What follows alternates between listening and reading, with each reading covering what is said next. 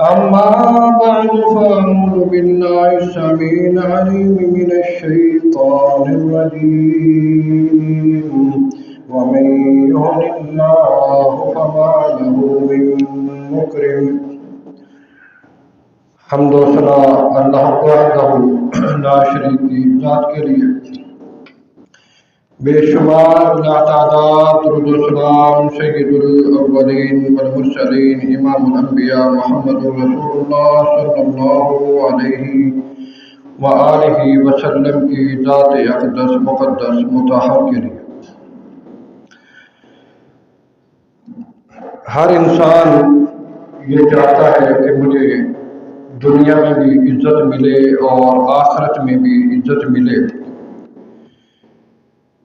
کہ مجھے نہ دنیا میں کوئی ذلیل کرے نہ ہی آخرت میں مجھے ذلالت اور رسوائی کا سامنا کرنا پڑے۔ نبی مکرم صلی اللہ علیہ وآلہ وسلم نے اپنی امت کی بہت فضیلت بیان فرمائی اور ساتھ یہ بھی بتایا کہ یہ بہت خیر والی بھلائی والی امت ہے، بلکہ اللہ تبارک و تعالی نے فرمایا کنتم خیر امت اخرجت للناس تأمرون بالمعروف وتنہون عن المنکر۔ اللہ رب العالمین نے فرمایا کہ تم ایک بہترین امت ہو، نیکی کا حکم دیتے ہو اور برائی سے منع کرتے ہو۔ تو اللہ رب العالمین نے بہترین امت کہا، لیکن اگر آج ہم اس دنیا میں نظر دوڑاتے ہیں تو سب سے زیادہ رسوا ہونے والی یہی امت نظر آتی ہے۔ کبھی کسی معاملات میں پریشان بھی امت مسلمہ ہے، اور پوری دنیا کے اندر رسوا بھی مسلمانوں کو ہی کیا جا رہا ہے۔ اس کی وجہ کیا ہے؟ اس کی وجہ مختصر طور پر صرف یہی سمجھیں کہ یہی بنتی ہے کہ ہم نے جب اپنے پیارے نبی صلی اللہ علیہ وسلم کی تعلیم کو چھوڑ دیا تو آج ہم ذلیل و رسوا ہوئے۔ دنیا میں بھی ذلت ہے اور آخرت میں بھی ان لوگوں کو ذلت ہوگی جو اس دنیا میں اللہ اور اللہ کے رسول کی نافرمانی کر کے زندگی گزارتے۔ اب چند ایک آیات اور حدیث اس مختصر وقت کے اندر آپ کے سامنے رکھوں گا کہ جو نشاندہی اللہ کے رسول نے کی یا قرآن میں اللہ نے پہلی امتوں کا تذکرہ کیا کہ کن اعمال کی وجہ سے انسان کے مقدر کے اندر، اس کی قسمت کے اندر ذلت لکھ دی جاتی ہے۔ کافی ساری آیات ہیں، چند ایک آیات میں بیان کروں گا۔ جب ہم اللہ اور اللہ کے رسول صلی اللہ علیہ وسلم کی اطاعت چھوڑ دیں گے تو ذلت اور رسوائی ہمارا مقدر بن جائے گا۔ اللہ تبارک و تعالی نے سابقہ قوموں کا تذکرہ کرتے ہوئے، یعنی جو امتیں پہلے گزر چکی ہیں، ان کا تذکرہ قرآن مجید کے اندر بیان کرتے ہوئے فرمایا کہ وَلَوْ أَنَّا أَهْلَكْنَاهُمْ بِعَذَابٍ مِّن قَبْلِهِ قَالُوا رَبَّنَا لَوْلَا أَرْسَلْتَ إِلَيْنَا رَسُولًا فَنَتَّبِعَ آيَاتِكَ مِّن قَبْلِ أَن نَّذِلَّ وَنَخْزَىٰ۔ کہ اگر ہم انہیں اس سے پہلے کسی عذاب سے ہلاک کر دیتے تو وہ کہتے، یعنی اللہ رب العالمین نے جو بیان فرمایا ہے کہ اگر ہم ان امتوں کی طرف نبی بھیجے بغیر ان پر عذاب نازل کر دیتے تو پھر وہ لوگ کیا کہتے ہیں کہ اے اللہ تو نے ہماری طرف کوئی رسول کیوں نہیں بھیجا؟ اگر تو رسول ہماری طرف بھیج دیتا ہم اس کی اطاعت کرتے، تو تاکہ یہ جو آج ہم النذلہ یہ جو ذلیل ہو رہے ہیں اور رسوا ہوئے ہیں، رسوائی کا سامنا ہم نے کیا ہے، تو اس سے ہم بچ جاتے ہیں۔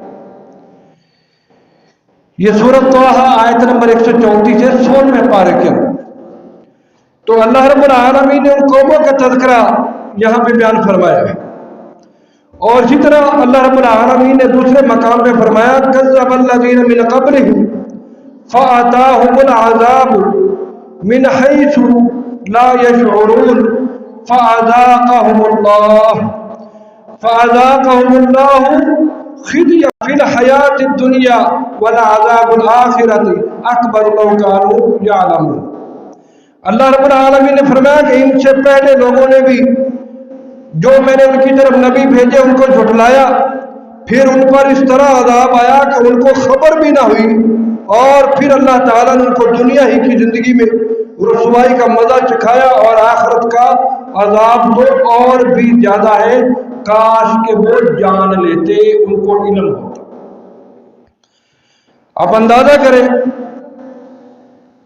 کہ اس وقت پیغمبروں کی اتباع نہ کرنے والے، ان کی فرما برداری نہ کرنے والوں کو جو سزا اللہ رب العالمین نے دی ہے اس کا نقشہ اللہ تعالیٰ نے کھینچا ہے، اور یہ بتایا جا رہا ہے امت مسلمہ کو کہ اگر آپ لوگ اپنے نبی کی اطاعت نہ کرو گے، اتباع نہ کرو گے، فرما برداری نہ کرو گے، تو پھر جو پریشانیاں یا اس طرح کے معاملات ہوتے ہیں تو پھر گھبرانے اور پریشان ہونے کی پھر کیا ضرورت ہے کہ آپ پھر پریشان بھی ہو جاتے ہیں کہ ہمیں یہ پریشانی کیوں آئی، وہ کس وجہ سے آئی؟ نافرمانیوں کی وجہ سے۔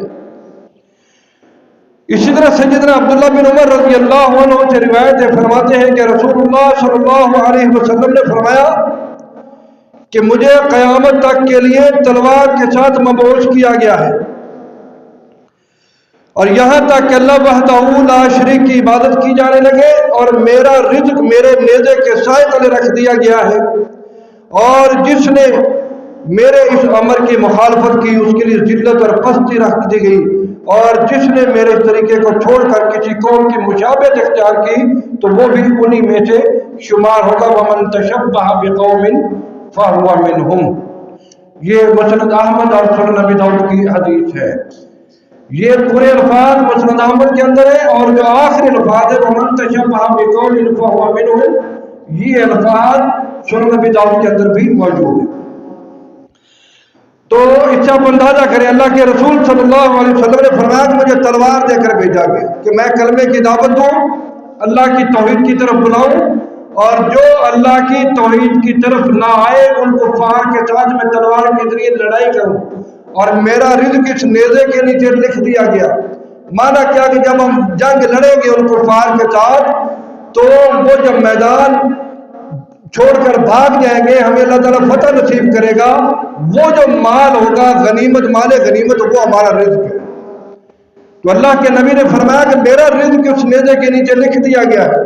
آج امت مسلمہ کیوں دلیل ہے؟ اسی وجہ سے دلیل ہے کہ ہم نے ان کو عزت دے دی اور اللہ کے احکامات کو ہم نے چھوڑ دیا، اس وجہ سے آج ہم دلیل اور رسوا ہیں۔ اس حدیث کے جو الفاظ ہیں، اللہ کے رسول صلی اللہ علیہ وسلم نے فرمایا جو میرے حکم کی نافرمانی کرے گا، مخالفت کرے گا، میرے کسی بھی حکم کو چھوڑ دے گا تو پھر اس کے مقدر میں اللہ تعالیٰ ذلت اور رسوائی لکھ دے گا، اور جو کسی قوم کی مشابہت اختیار کرے گا اس کی حق میں بھی رسوائی لکھ دی جائے گی۔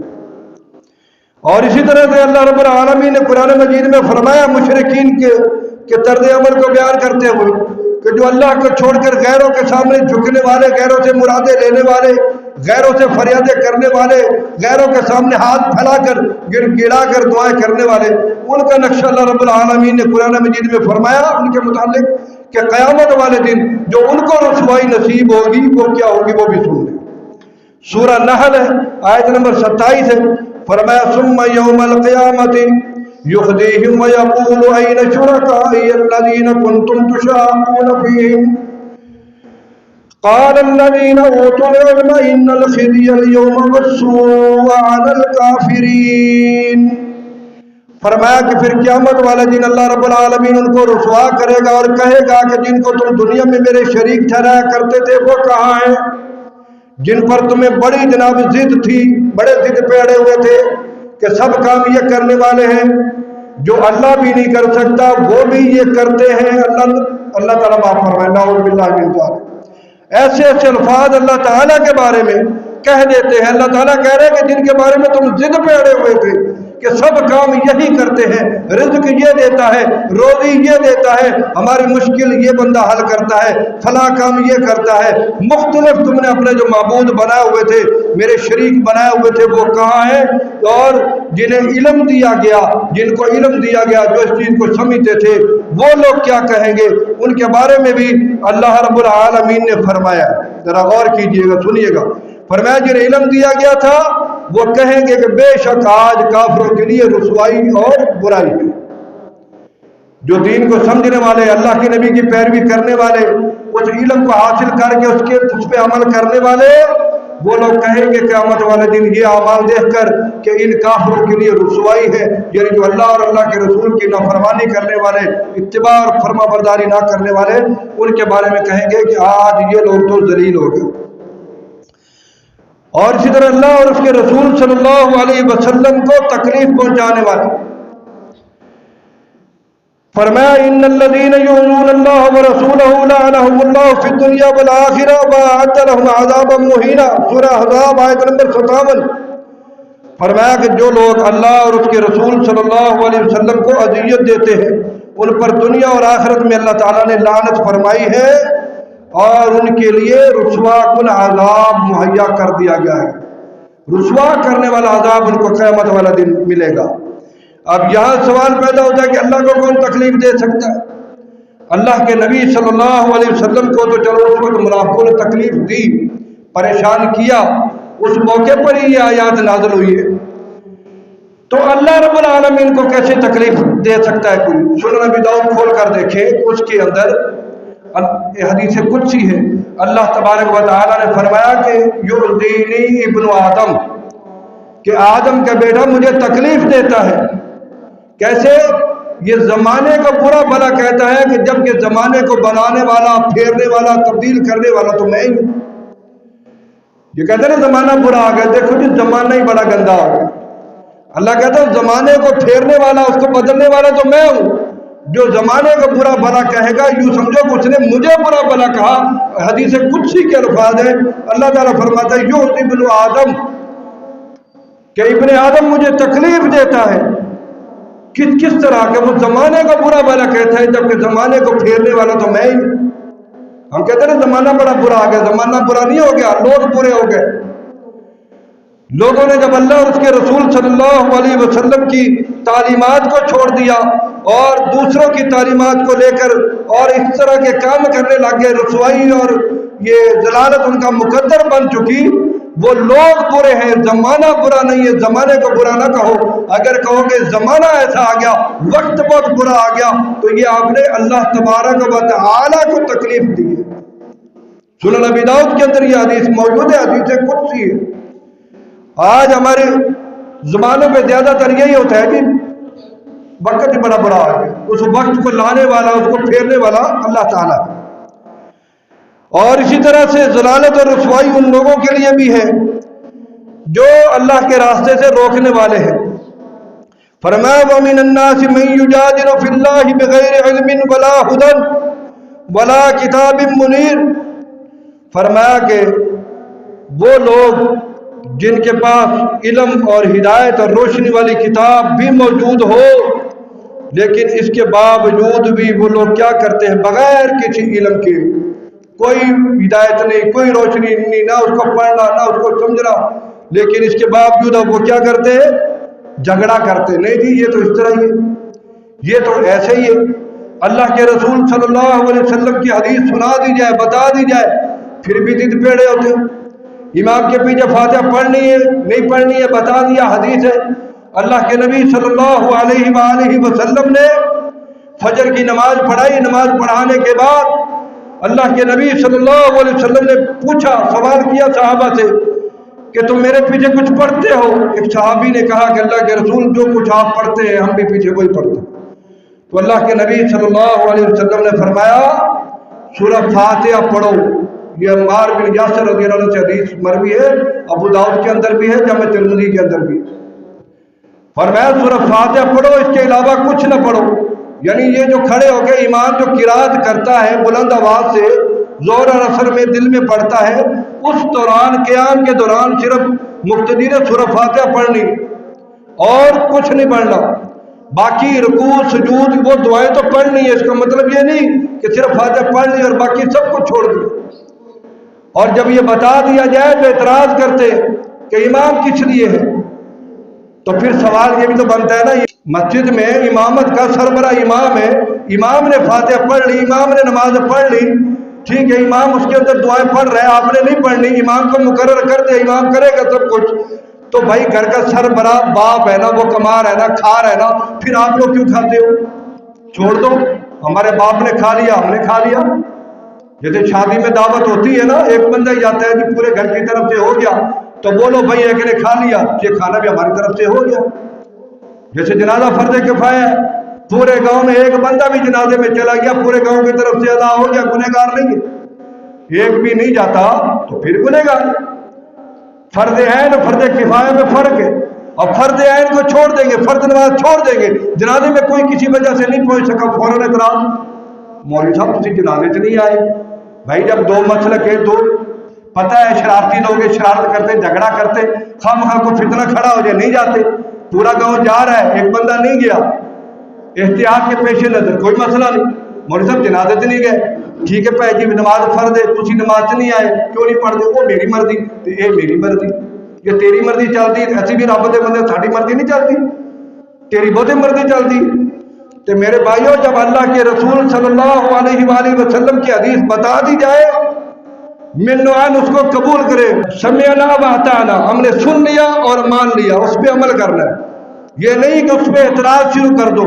اب یہی اعتراض کرنا جو ہے ذلت اور رسوائی کا سبب بنتا ہے۔ اللہ تبارک و تعالیٰ نے قرآن مجید میں جگہ جگہ پر یہی بتایا ہے، جنہوں نے بھی نبیوں کی پیروی نہیں کی، نبیوں کی بات کو چھوڑ دیا، ہم نے ان پر اچانک عذاب مسلط کر دیا۔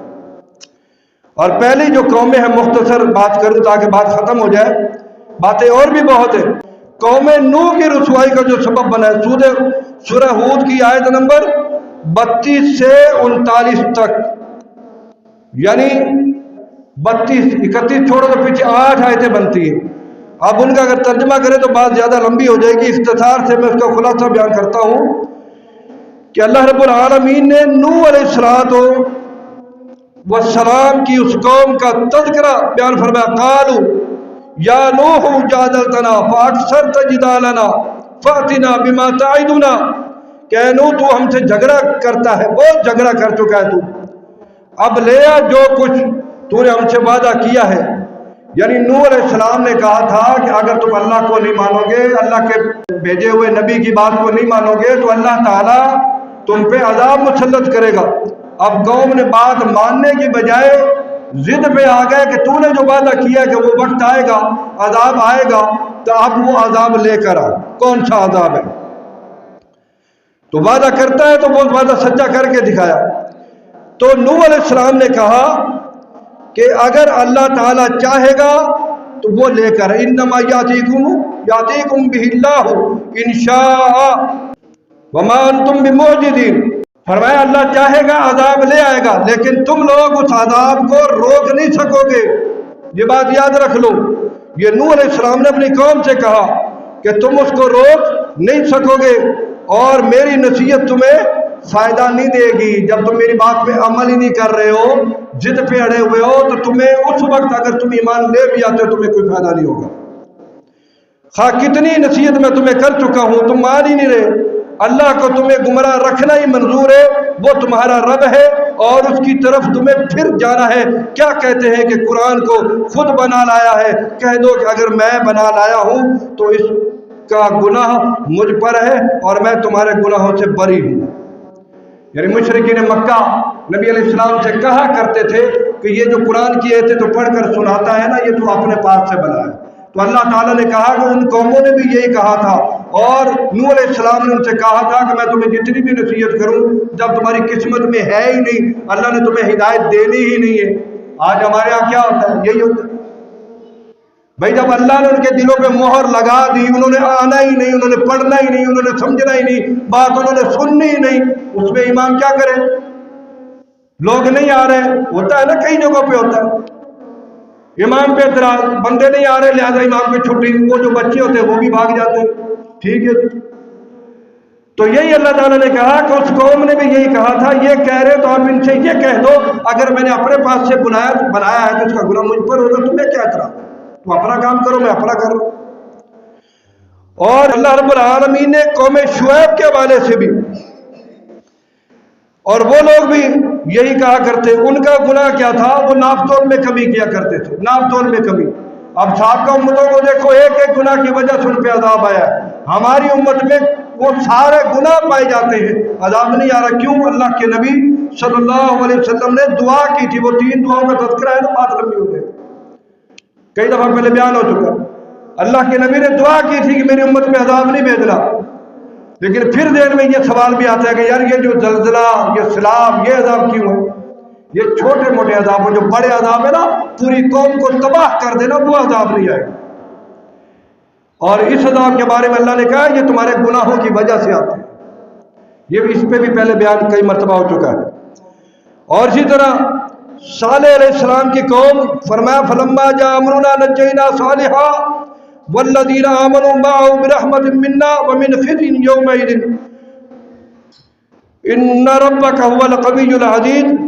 فرمایا کہ جب ہمارا حکم آ پہنچا تو ہم نے صالح علیہ السلام کو اور ان کے ساتھ جو ایمان لائے تھے ان کو بچا لیا, اپنی رحمت سے بچایا, اور اس دن کی رسوائی سے نجات دے دی.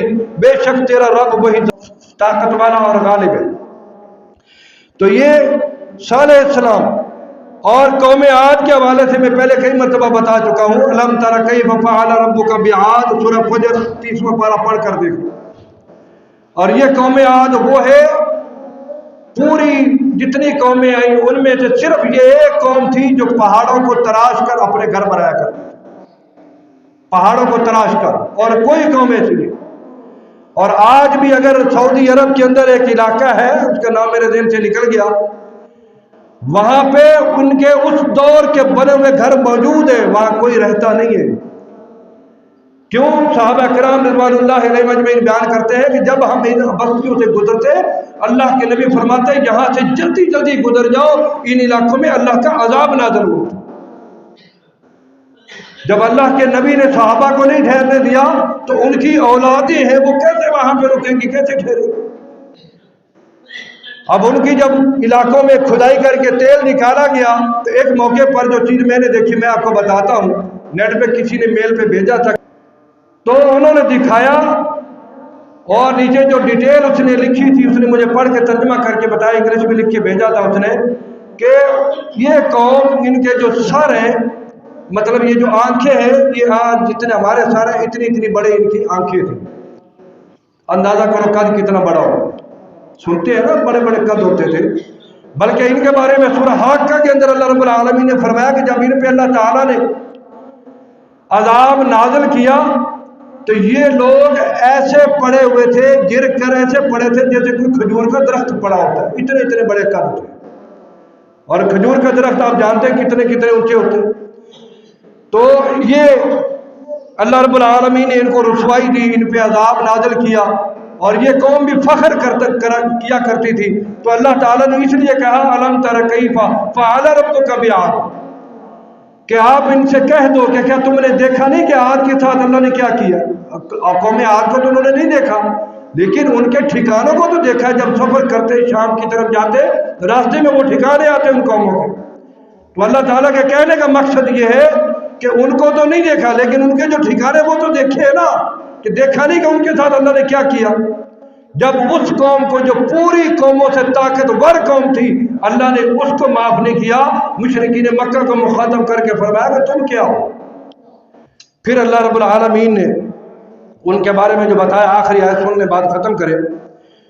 قل, اے نبی صلی اللہ علیہ وسلم آپ کہہ دیجئے, یا قوم اعملوا علی مکانتکم انی عامل, اے میری قوم تم اپنا کام کرتے رہو, میں اپنا کام کرتا رہتا. جب تم نے ماننا ہی نہیں ہے, سننی نہیں ہے, سمجھنی نہیں ہے, تو ٹھیک ہے تم اپنا کام کرو, ہم اپنا کام کرتے. اور پھر کرتے کیا ہے, دوسرے کے کام میں بھی دخل اندازی دینی ہے, خود بھی اپنا کام صحیح نہیں کرنا, دوسروں پہ بھی اعتراض کرنا. فرمایا تم اپنا کام کرو, میں اپنا کام کر رہا ہوں. اور پھر تمہیں معلوم ہو جائے گا کب, جب قیامت والے دن اللہ رب العالمین کا عذاب آئے گا. فسوف تعلمون من یاتیہ عذاب یخزیہ ویحل علیہ عذاب مقیم, اور وہ ہمیشہ والا جو عذاب تم پہ نازل ہوگا اس وقت تمہیں پتہ چلے گا. ایک تو یہ کہ مرنے کے بعد جب قبر میں جاؤ گے تو اللہ اس وقت ہی تمہیں دکھا دے گا اور قیامت تک وہ چلتا رہے گا۔ دوسرا یہ کہ جب قیامت والے دن اللہ تعالیٰ فیصلہ کرے گا، مومنوں کو، ایمان والوں کو اللہ تعالیٰ جنت میں بھیج دے گا، اور اس طرح کے یہ کافر حضرات اور اللہ کے نبی صلی اللہ علیہ وسلم کے امتی مسلمان ہونے کے باوجود اللہ اور اس کے رسول کے طریقوں کو اختیار نہ کرنے والوں کا بھی جو اللہ تعالیٰ عذاب ان کا منتخب کرے گا، جو ان کو دے گا، وہ بھی ہمیشہ جو ان کو عذاب ملے گا، فرمایا یہ اس وقت تمہیں پتہ چلے گا جو کبھی ختم ہونے والا ہی نہیں۔ دعا ہے کہ اللہ تعالیٰ ہمیں اپنے پیارے نبی صلی اللہ علیہ وسلم کی بات کو سننے، سمجھنے، اس پہ عمل کرنے کی توفیق عطا فرمائے۔ وما توفیقی الا باللہ۔